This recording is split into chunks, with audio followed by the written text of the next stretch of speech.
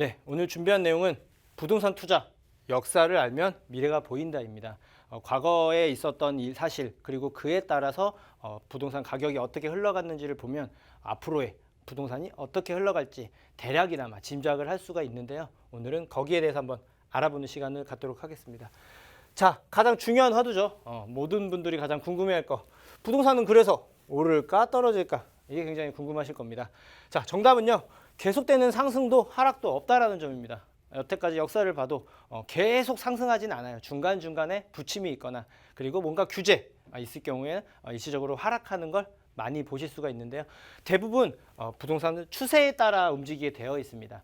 상승 추세인 경우가 있고 하락 추세인 경우가 있을 텐데 추세에 따라 시장이 움직이는데 지금 2014년부터 계속 가격이 일반적으로 상승을 했는데 그 중간중간에 가격 하락했던 걸 보면은 뭔가 규제가 있었을 때 단기적으로는 한두 달 정도 길게는 6개월 정도 이렇게 하락 추세가 예상이 됐었다가 실제로 다시 또 상승하는 걸 많이 볼 수가 있습니다.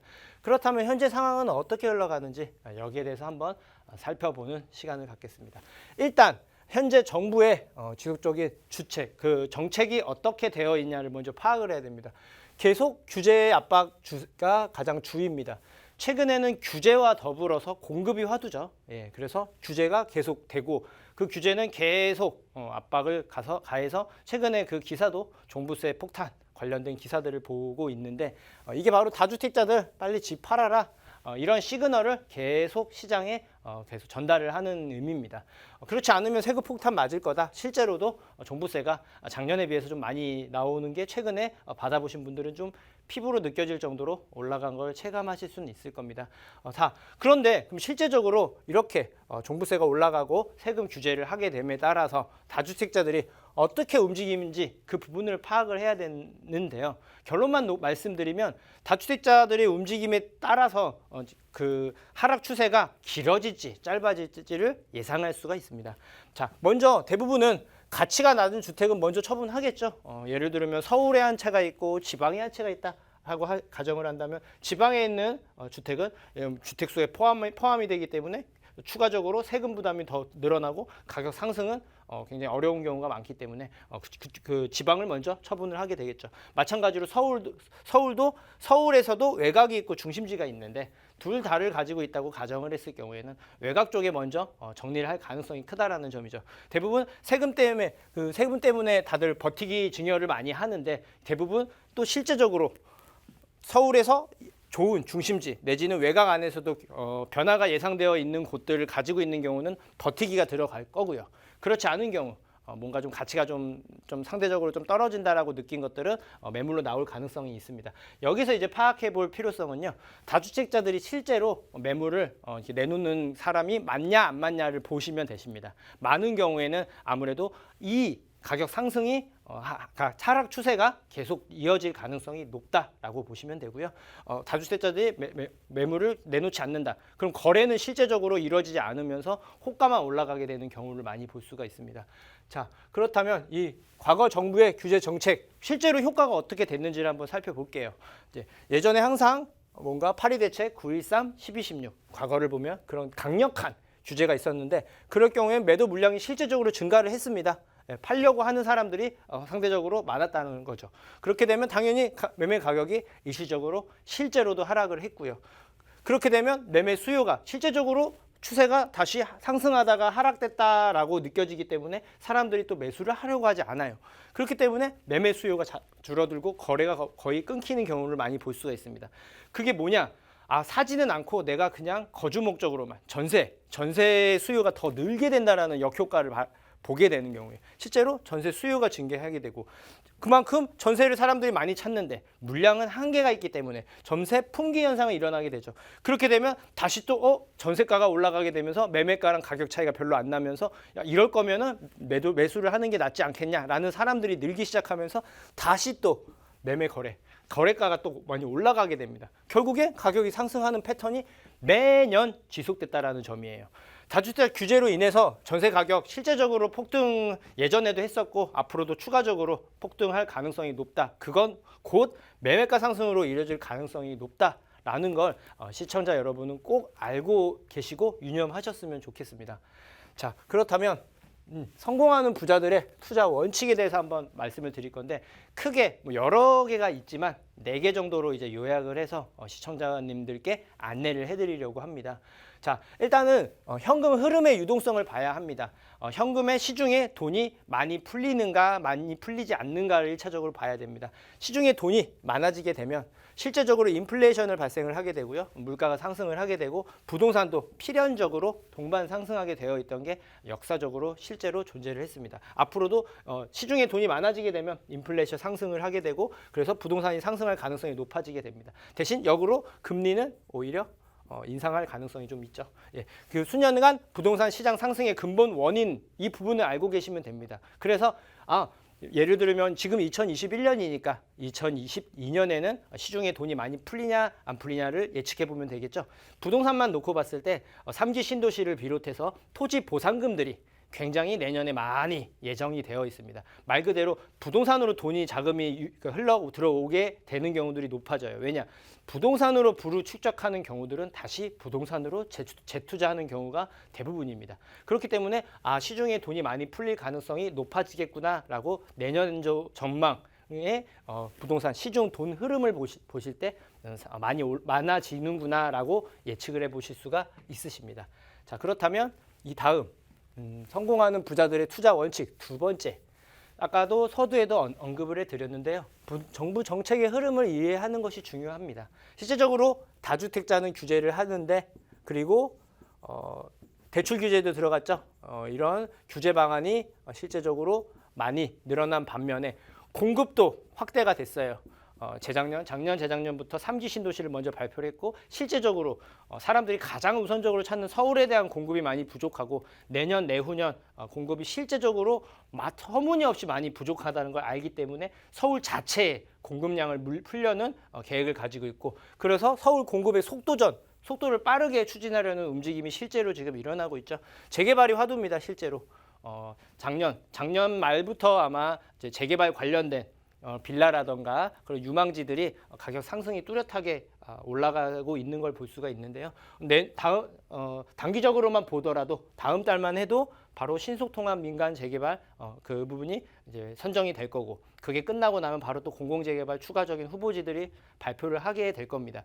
우리는 이 전략에 맞춰서 이제 그럴 수 있는 곳들, 여력이 많은 부분들은 그런 곳 안에서 가능성 높은 곳들을 이미 확정됐거나 그런 곳을 선점을 하는 지혜가 필요하고요.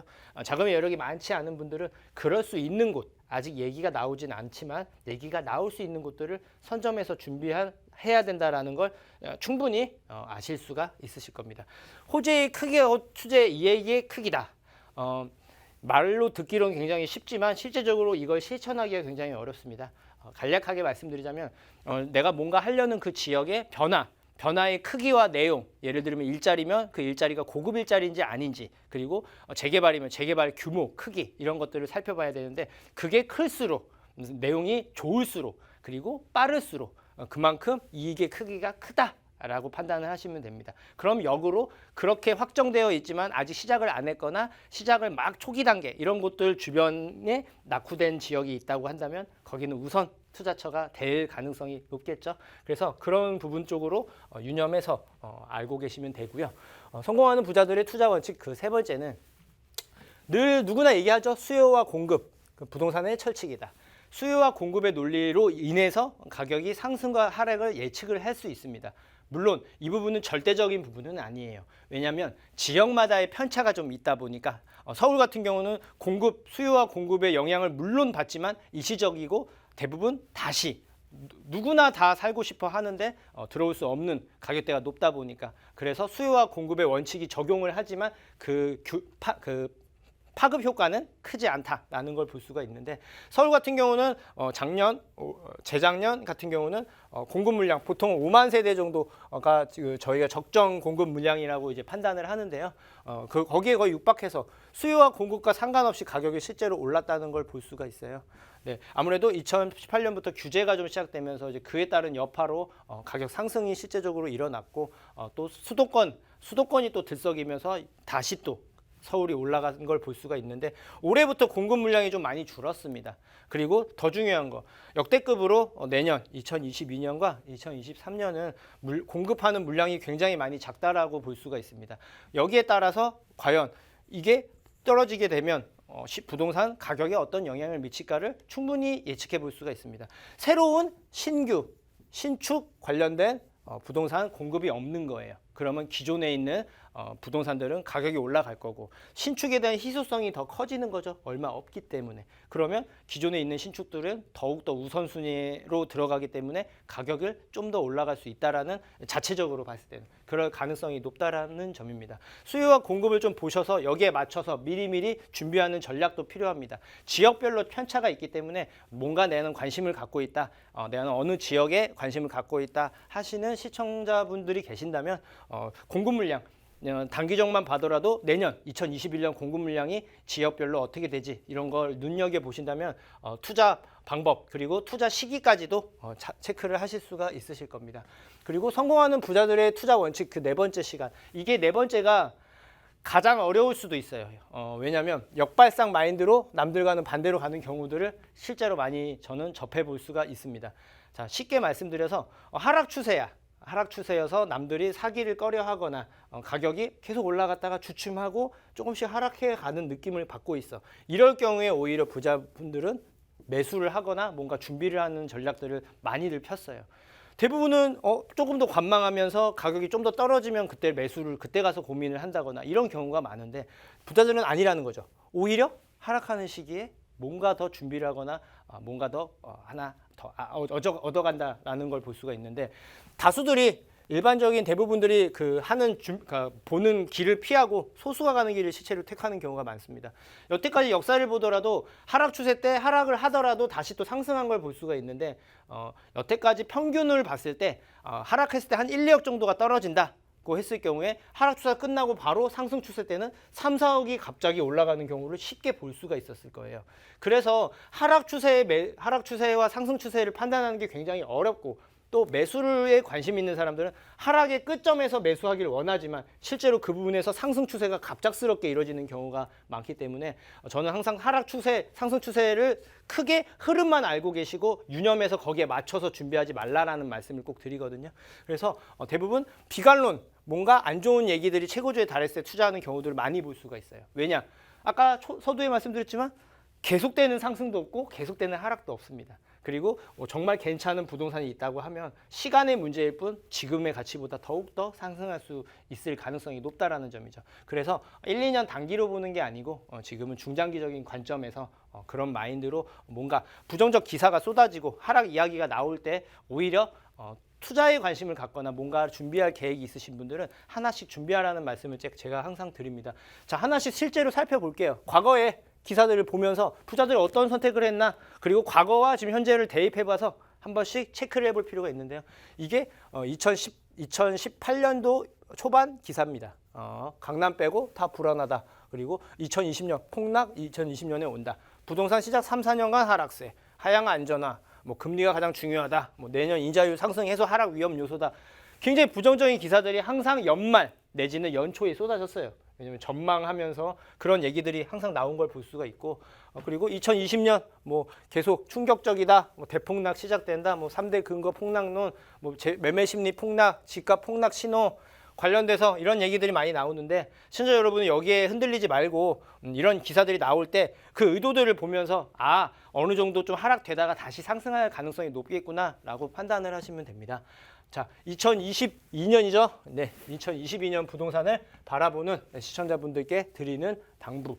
네, 역사를 통해서 알 수 있듯이 규제로 인한 일시적 하락은 예상됩니다. 예, 그리고 특히나 지금은 가격이 워낙 높게 오르다 보니까 아파트 같은 경우 가격이 높은 고가의 아파트나 중저가 이상의 아파트들은 내년 초까지는 좀 흐름이 상승보다는 좀 보합 내지 소폭 하락 가능성이 있다고 저도 보여집니다. 다만 그게 어느 정도 해소가 되고 나면 다시 또 상승할 가능성이 굉장히 높다라는 거예요.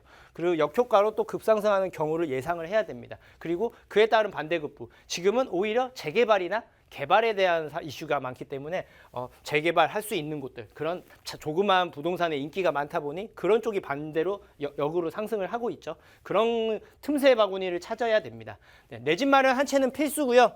그리고 노후 대비해서 자녀를 위해서 한두 채는 저는 항상 추가적으로 준비를 해 놓으시는 게 나의 자산 축적과 뭔가 준비하거나 미래를 계획했을 때 좀 더 유리하다라고 말씀을 드립니다. 자금이 많은 분들은요, 재건축 아파트 또는 재개발 확정된 빌라를 매수를 하는 걸 추천을 드리고요. 적은 경우가 가장 어려운데 가능성이 높거나 주변 변화가 확정되어 있는 입지를 선점해서 매수하는 지혜를 발휘하셨으면 좋겠다라고 말씀을 드립니다. 하락기 상승기는 중요하지 않고요. 내가 하려는 그 위치, 입지, 그리고 거기에 변화 가능성, 실제로 가능성이 높고 확정된 호재들이 주변에 있냐 없냐를 체크해야 됩니다. 최대한 미리 선점하는 것이 중요하다. 이렇게 정리를 해드리고요.